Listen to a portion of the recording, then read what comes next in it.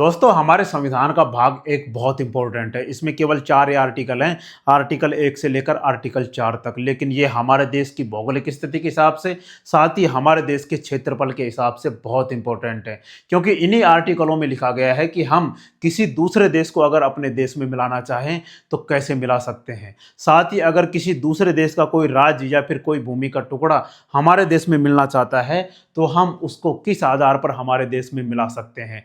और एक बार कोई देश या फिर उस देश का कोई राज्य हमारे देश में मिल गया तो वह कभी फिर वापस नहीं जा सकता। ये सब इन्हीं आर्टिकलों में लिखा गया है।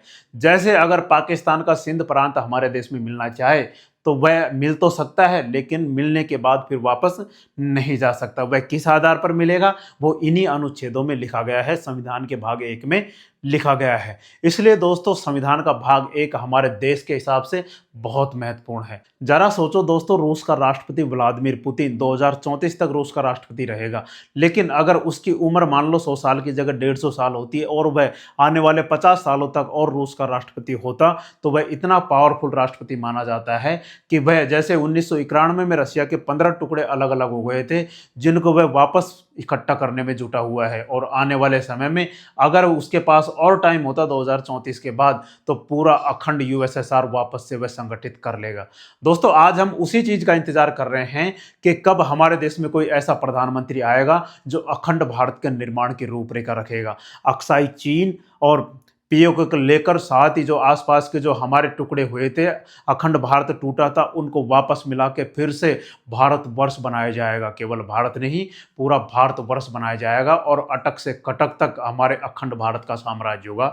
ऐसा हम आज भी इंतजार करते हैं कि कौन सा ऐसा प्रधानमंत्री आएगा जो राष्ट्रपति व्लादिमीर पुतिन की तरह सोचेगा, जो अखंड भारत के निर्माण की रूपरेखा रखेगा। तो चलिए दोस्तों, इन आर्टिकलों में क्या लिखा हुआ है 1 से लेकर 4 तक, उनका हम विस्तार से अध्ययन कर लेते हैं कि आखिर इनमें क्या क्या लिखा गया है। दोस्तों सबसे पहले हम देखते हैं अनुच्छेद 1 में क्या लिखा है। आर्टिकल 1, आर्टिकल 1, आर्टिकल 1 में लिखा है कि India that is Bharat, Bharat अर्थात दैट इज इंडिया, कि इंडिया ही भारत है, भारत ही इंडिया है। इन दो शब्दों का उल्लेख हमारे संविधान में हमारे देश के बारे में मिलता है। हमारे संविधान में हिंदुस्तान का जिक्र कहीं भी देखने को नहीं मिलता कि हिंदुस्तान हमारे देश को कहा गया है। केवल 2 ही शब्द हैं, India that is Bharat, Bharat that is India, अर्थात इंडिया ही भारत है, भारत ही इंडिया है। ये 2 शब्द देखने को मिलते हैं। इस इंडिया शब्द को लेकर काफ़ी विवाद हुआ था, जिसके बारे में अभी थोड़े दिन पहले काफ़ी विवाद देखने को मिला था कि इंडिया शब्द को हटाया जाए, केवल भारत रखा जाए या फिर हिंदुस्तान रखा जाए। लेकिन दोस्तों हमारे संविधान में 2 शब्दों का उल्लेख मिलता है हमारे देश के बारे में। अब हमारे संविधान के भाग 1 के अनुच्छेद 1 में यह लिखा गया है कि भारत एक राज्यों का संघ है, मतलब यूनियन है। अब संघ देखो दोस्तों 3 प्रकार के होते हैं। एक तो है परिसंघ, परिसंघ, दूसरा है फेडरेशन, फेडरेशन को हिंदी में संघी बोलते हैं, फेडरेशन। तीसरा है यूनियन, इसको भी हिंदी में संघी बोलते हैं, यूनियन। अब संविधान में हमारे ये लिखा गया है कि भारत राज्यों का एक यूनियन है, राज्यों का एक संघ है। तो भारत कौन सा है? भारत है राज्यों का एक संघ है। अब इनमें काफी फर्क हमें देखने को मिलता है। जैसे परिसंघ बहुत जल्दी टूटकर अलग हो सकता है, इसके राज्य कभी भी टूटकर एक अलग देश बन सकते हैं। जैसे परिसंघ को हम इस तरीके से समझ सकते हैं कि जैसे ब्रिक्स एक संगठन है, ब्रिक्स यह एक संगठन है, 8-10 देश मिलकर इसको बनाया गया है, 10 देश इसको मिलकर बनाया गया है। इसमें से कोई भी देश अगर चाहे तो बहुत जल्दी अलग हो सकता है। इसी तरीके से G7 है, और ये बहुत सारे जो संगठन बना रखे हैं, G20 है, ये बहुत सारे संगठन हैं जो अलग अलग देशों को एक साथ मिलाकर बनाए गए हैं। इसी तरीके से परिसंघ क्या है? छोटे छोटे राज्यों को मिलाकर बनाया गया एक संघ है जो केंद्र को एक शक्ति प्रदान कर देते हैं कि तुम हमारे देश के ऊपर शासन करो और हमारे छोटे छोटे राज्यों का एक देश होगा। अब ये क्या है, किसी भी वक्त टूटकर अलग हो सकते हैं, क्योंकि ये अपने आप में काफ़ी पावरफुल होते हैं, तो ये कभी भी टूटकर अलग हो सकते हैं, जिसकी वजह से परिसंघ एक कमजोर देश माना जाता है अगर कोई परिसंघ के रूप में शासन चला रहा है तो। अब दूसरा हम देखिए संघ फेडरेशन क्या है। संघ फेडरेशन का मतलब ये है कि जो भी राज्य उस देश में है वो राज्य मिलकर एक देश का निर्माण करते हैं। एक देश राज्यों का निर्माण नहीं करता, बल्कि राज्य मिलकर एक देश का निर्माण करते हैं। और वो राज्य क्या करते हैं, वो राज्य केंद्र को शक्ति प्रदान कर देते हैं कि तुम देश चलाओ और हम उसके राज्य हैं। जैसे अमेरिका का ऐसा ही है। अमेरिका कौन सा है, फेडरेशन है। यूएसए संयुक्त राज्य अमेरिका क्या है, फेडरेशन है। उसमें 50 राज्य हैं और 50 राज्यों ने क्या कर रखा है, केंद्र को शक्ति प्रदान कर रखी है कि तुम ये सारे 50 राज्य मिलकर एक देश का निर्माण करेंगे। या देश है वो है यूएसए संयुक्त राज्य अमेरिका। अब इसमें क्या है, राज्य जो 50 राज्य हैं वो काफ़ी अपने आप में ताकतवर है। यह भी काफ़ी जल्दी टूट सकता है। कोई अगर राज्य अलग होना चाहे तो वह टूटकर अलग हो सकता है, जिसकी वजह से इसे भी कमज़ोर माना जाता है। लेकिन यह परिसंघ के इतना कमज़ोर नहीं है। इस पर क्या है, राज्य केंद्र को शक्ति प्रदान करते हैं। जबकि हमारे जो संघ है, हमारा जो यूनियन है, वो क्या है, राज्यों का एक संघ है। इसमें क्या है, इसमें क्या है, केंद्र राज्यों को शक्ति प्रदान करता है, राज्यों को शक्ति प्रदान करता है। जबकि यहां पर क्या है, यहां पर राज्य केंद्र को शक्ति प्रदान कर रहे हैं। जबकि यहां पर उल्टा है, केंद्र ज्यादा ताकतवर है, मतलब केंद्र सरकार ज्यादा ताकतवर है और राज्य सरकार कमजोर है। तो यह शक्ति प्रदान करता है राज्यों को, जिसकी वजह से हमारा जो संघ है, हमारा जो यूनियन है, हमारा देश कभी भी टूटकर अलग नहीं हो सकता। अगर कोई भी राज्य चाहे तो भी वह टूटकर अलग नहीं हो सकता। अगर कोशिश करेगा तो उसको फोड़ फाड़ के शांत करा दिया जाएगा, उसको तोड़ ताड़ के शांत करा दिया जाएगा। तो इस तरीके से भारत क्या है, संघ है, राज्यों का यूनियन है, जिसमें केंद्र राज्यों को शक्ति प्रदान करता है। अब जो शक्ति का विभाजन है, हमने आपको बताया था, जो हमारे शेड्यूल है, 7वीं अनुसूची है, उसमें शक्ति का विभाजन किया गया है, जिसमें केंद्र ज्यादा ताकतवर है। केंद्र संघ सूची, राज्य सूची, समवर्ती सूची और अवशिष्ट सूची।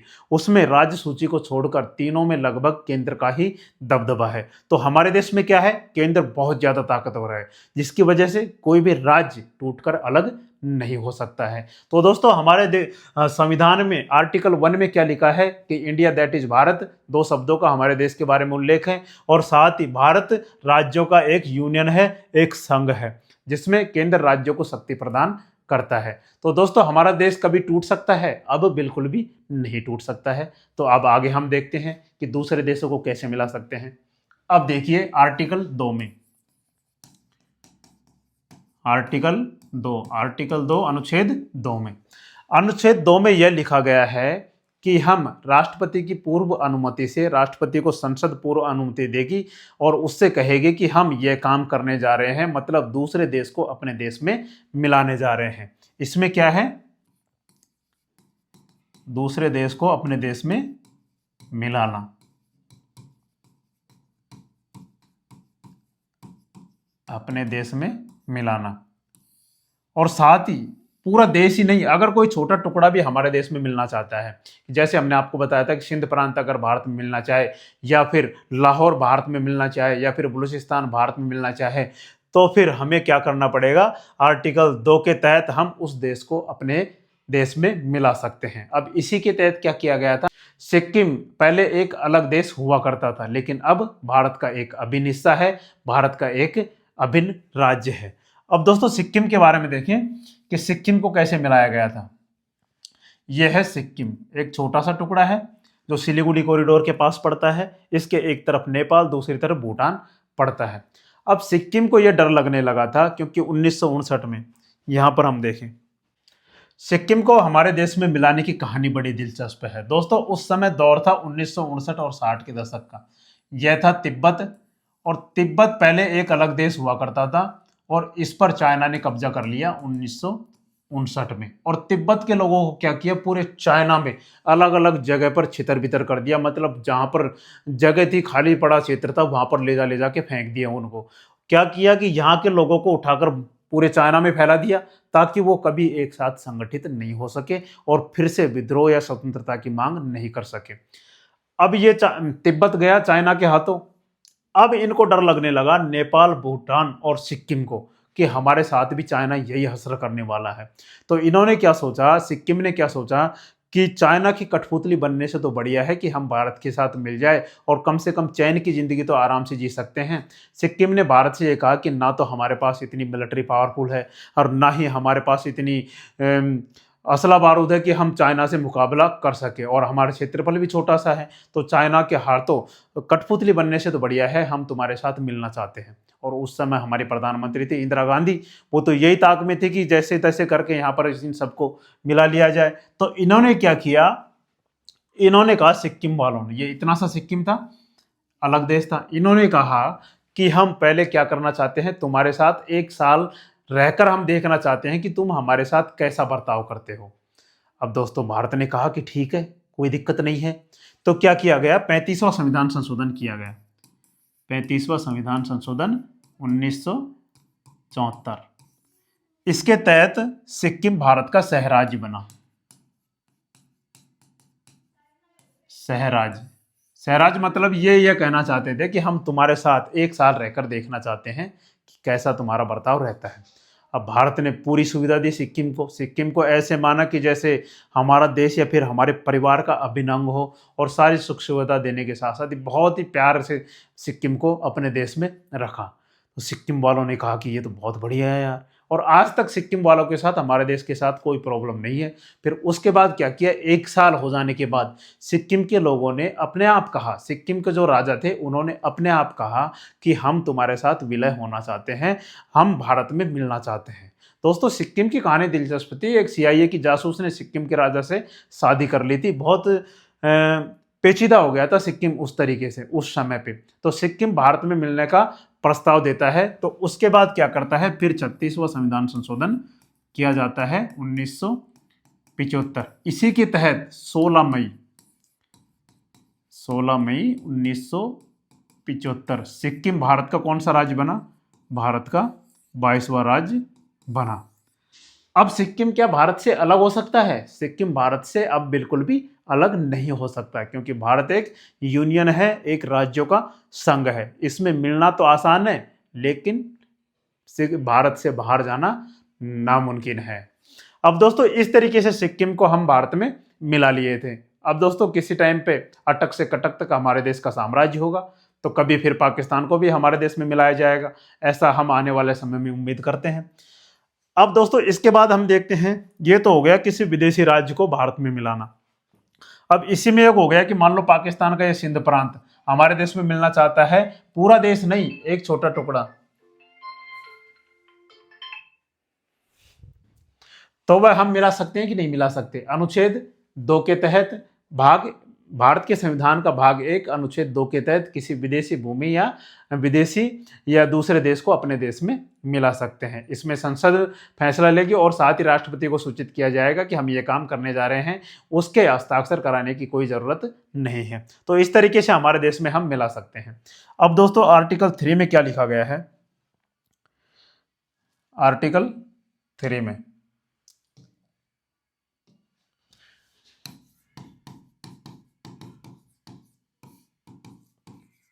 आर्टिकल 3 में यह लिखा गया है, अनुच्छेद 3 में यह लिखा गया है कि हमारे देश का कोई भी राज्य अगर उसके नाम परिवर्तन करना हो, या फिर उसकी सीमाओं का विस्तार करना हो, या फिर उससे अलग हटा के फिर अलग राज्य का निर्माण करना हो, तो क्या करना है, अनुच्छेद 3 के तहत ऐसा किया जा सकता है। जैसे हमने आपको बताया था कि जो शेड्यूल हमने पढ़े थे उसमें शेड्यूल 1 में यह लिखा गया था कि उसमें जो भी राज्य है उसका कितना क्षेत्रफल रहेगा, उतनी बाउंड्री, उसकी बाउंड्री कहाँ कहाँ से रहेगी और कितना उसका एरिया रहेगा, इन सब के बारे में शेड्यूल 1 में वर्णन किया गया है। शेड्यूल 1 में लिखा गया है कि किस राज्य का कितना क्षेत्रफल है और कौन कौन से क्षेत्र उसमें आते हैं। तो उसमें तो उसका लेखा जोखा रहता है कोई भी राज्य का, लेकिन जब हम परिवर्तन करना होगा तो किसका इस्तेमाल करना होगा, तो अनुच्छेद 3 का इस्तेमाल करना होगा। और इसमें राष्ट्रपति को पूर्व सूचना दे दी जाएगी और कह दिया जाएगा कि हम ऐसा करने वाले हैं, उसके हस्ताक्षर करने की जरूरत नहीं पड़ेगी। तो दोस्तों किसी भी राज्य के सीमाओं में परिवर्तन या फिर अलग राज्य बनाकर किस अनुच्छेद के तहत किया जा सकता है, अनुच्छेद 3 के तहत किया जा सकता है। जैसा कि दोस्तों हम देखें कि सन 2000 में उत्तर प्रदेश से उत्तराखंड राज्य को अलग किया गया, उसके बाद जैसे मध्य प्रदेश में से छत्तीसगढ़ को अलग किया गया, और फिर बिहार में से झारखंड को अलग किया गया, और अभी तेलंगाना को भी अलग कर दिया गया है। वो किसके तहत किया गया है? वो आर्टिकल 3 के तहत किया गया है।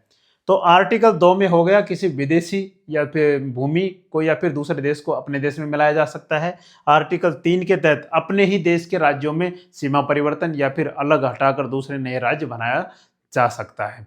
यह हो गया दोस्तों आर्टिकल 3। अब आर्टिकल 4 में क्या लिखा है? आर्टिकल 4 में यह लिखा गया है कि आर्टिकल 4 एक तरीके से धमकी है राष्ट्रपति को। अब वो कैसे है धमकी? आर्टिकल 4 कहता है कि आर्टिकल 2 और 3 का प्रयोग जब संसद करेगी, इन दोनों का प्रयोग जब संसद करेगी तो राष्ट्रपति उसमें कुछ नहीं कर सकता, क्योंकि अनुच्छेद 2 और अनुच्छेद 3 को किसके तहत रखा गया है? 368 के बाहर रखा गया है। 368 में इसे नहीं रखा गया है। आर्टिकल 368 में, आर्टिकल 368 में जो भी चीज रखी गई है उसमें संसद में जो भी काम होगा, उस पर जो भी विधेयक लाया जाएगा उस पर राष्ट्रपति के साइन जरूरी हैं।